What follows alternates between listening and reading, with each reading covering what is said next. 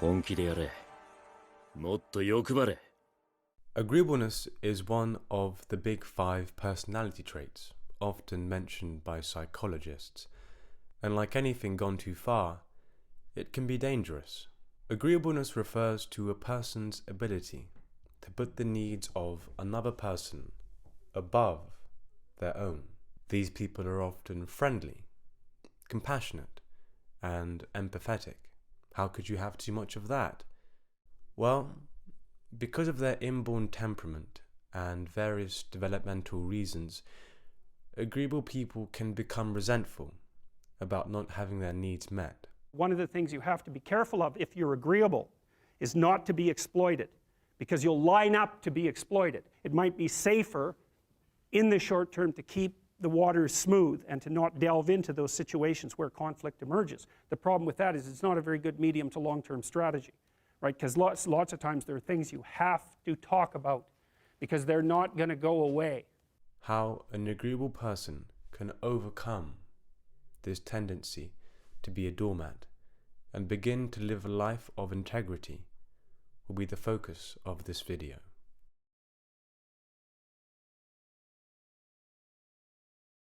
Growing up as children, we are one of two things: helpless and naive.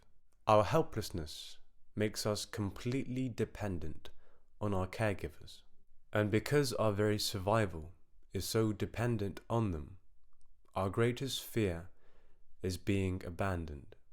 Our naivety makes us believe that if we are at the center of our own little universe, then we must be the cause of everything that happens to us.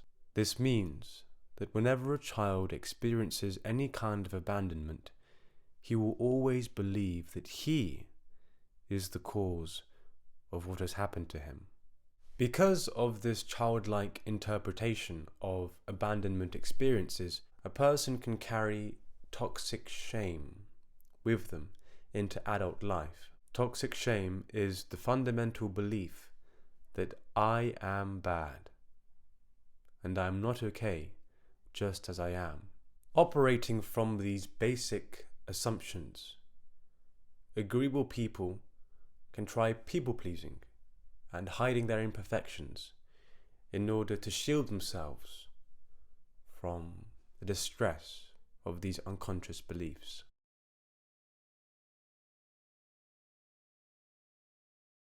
We are also living in a culture where men are being punished for being masculine and women are being punished for being feminine. Overly agreeable men are seen to be virtuous, whereas the integrated man, his very existence, is seen as a moral offense.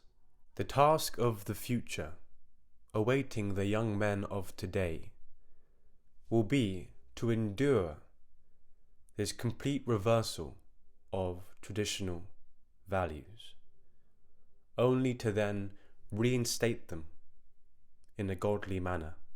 Say what you think. Tell the truth about what you think. There's going to be things you think that you think are nasty and harsh, and they probably are nasty and harsh, but they're also probably true, and you need to bring those up to the forefront and deliver the message. So, what can we do if we are naturally very agreeable or have been conditioned to be so?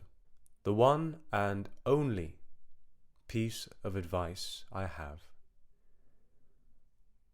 is put yourself first. Gird up your loins and allow yourself to act courageously and truthfully. Truth is your best bet if you're too agreeable. So, you also might find that you have a pretty good critical intelligence, but that you think it's mean, and so that you keep it hidden. Some of the smartest women I knew who were very, very agreeable had unbelievably good instincts with regards to figuring out what other people's motives were, but they were ashamed of their suspicions. And really what that meant was they ended up being ashamed of their critical intelligence because they were so agreeable. So it may be that the darker part of you, the shadow part of you, knows things that you could know if you were willing to admit that they were true. And so you have to give some credence to your darker element, I would say.